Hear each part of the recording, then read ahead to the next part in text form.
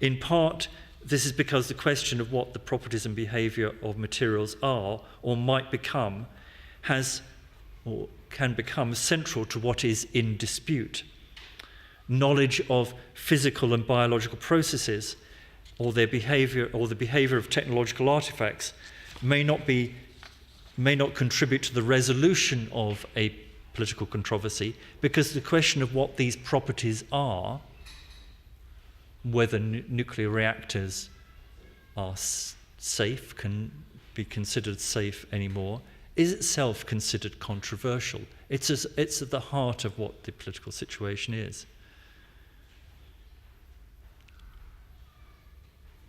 At the same time, the difficulties of governing the behaviour of materials and complex natural or technological systems can provoke or contribute to the transformation of situations.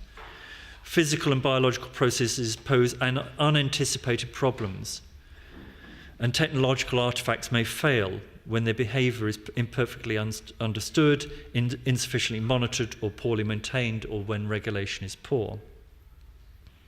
One of the key problems then facing those concerned with the analysis of new forms of politics and governance, therefore, is the problem of how to rematerialise our understanding of politics. Studies of governance have tended to focus attention on the relations between human actors.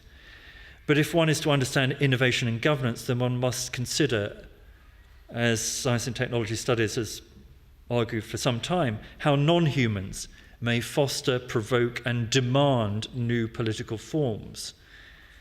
In recent decades, there's been increasing efforts to monitor, regulate, and contain the movement of chemicals, waste, and pollutants. But any analysis of this must necessarily incorporate an account of the materiality of these substances, their properties and their capacities, their changing properties and capacities, not just the domain of human politics.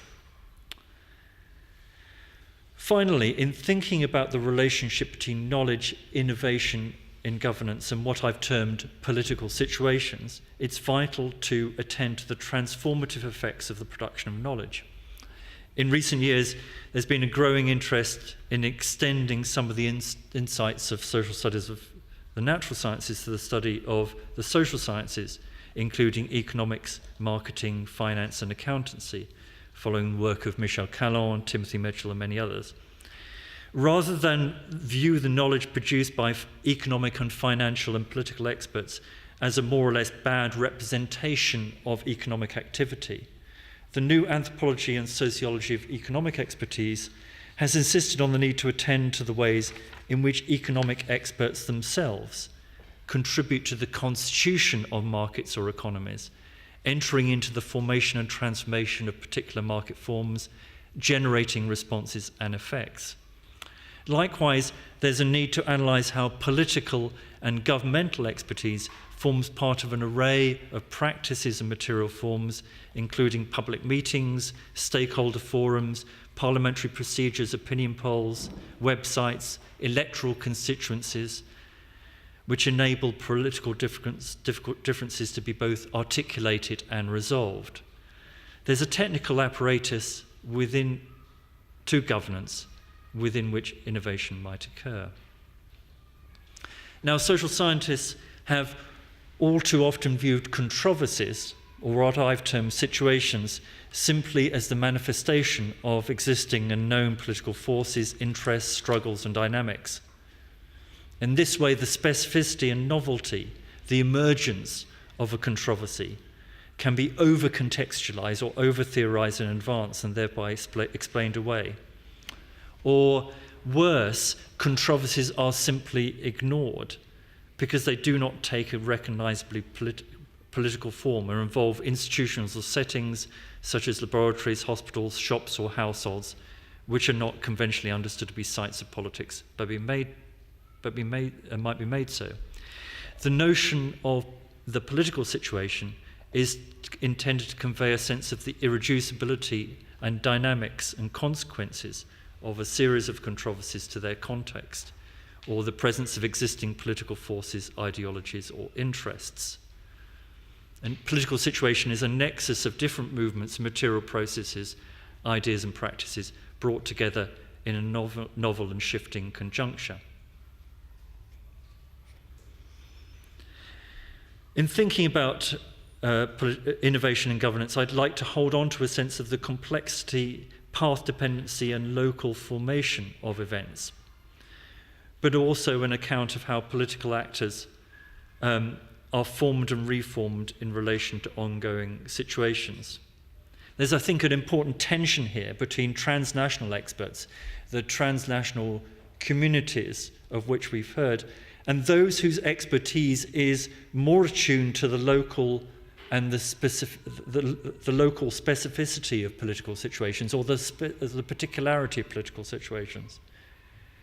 In the UK, as many of you may know, we've had a scandal recently in which experts in global governance were rather unaware of the local specificity of the political situation in Libya, leading to the resignation of the director of the London School of Economics. There's a tension here between two different kinds of expertise which seeks to replicate itself, copy itself, translate itself across other sites, but another kind of expertise which I think is tremendously important, which is attuned to the local and the specific. Interestingly, in my own work within European Bank for Reconstruction and Development, World Bank and oil companies, often these different experts are cited in different offices. The experts which are called political experts are not the experts in governance, they're experts in local politics. The experts in governance deal with such mechanisms such as transparency and so forth.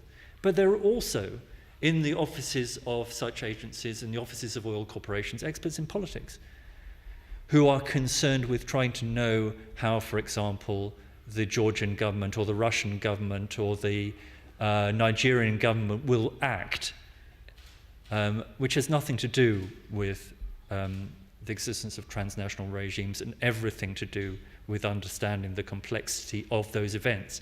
So one needs to understand transnational governments in constant tension with a very different kind of expertise, which is maybe contextually and locally specific.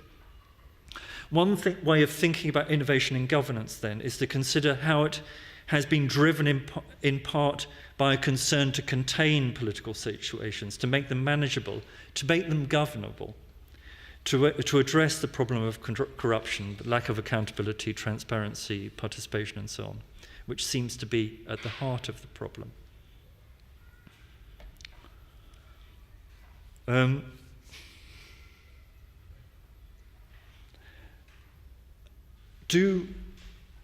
here I,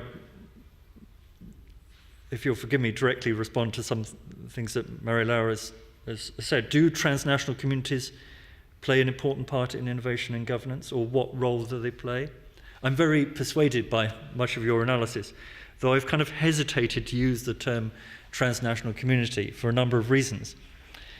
One is the situations I describe are certainly not just contained within communities, although communities might try to contain them. They bring together a quite diverse range of professionals, activities, government bodies, media bodies, and so forth. This isn't exactly a community, it's a nexus or a cluster which is formed around a situation which may be mutating, evolving. Perhaps in some circumstances there is something like a coherent transnational community, but this seems to be an empirical matter. In some cases, there are communities such as climate change scientists who may play a vital part in giving a political situation a given form. But I would insist one needs to see such communities in relation to the kind of problems, controversies which they seek to address and manage. Secondly, I slightly worry about the notion of community might gives too much emphasis on the existence of some kind of consensus. Not sure exactly that's what you're saying, but of course communities can and do disagree amongst themselves. But I think it's fair to say that the kinds of disagreement that happen in transnational arena are more antagonistic than that, not least between the kind of drive towards transnational forms and straightforwardly the resistance of some kind of states to such forms, or their kind of adoption, but their adoption in ways which are radically different from the ones that they were intended.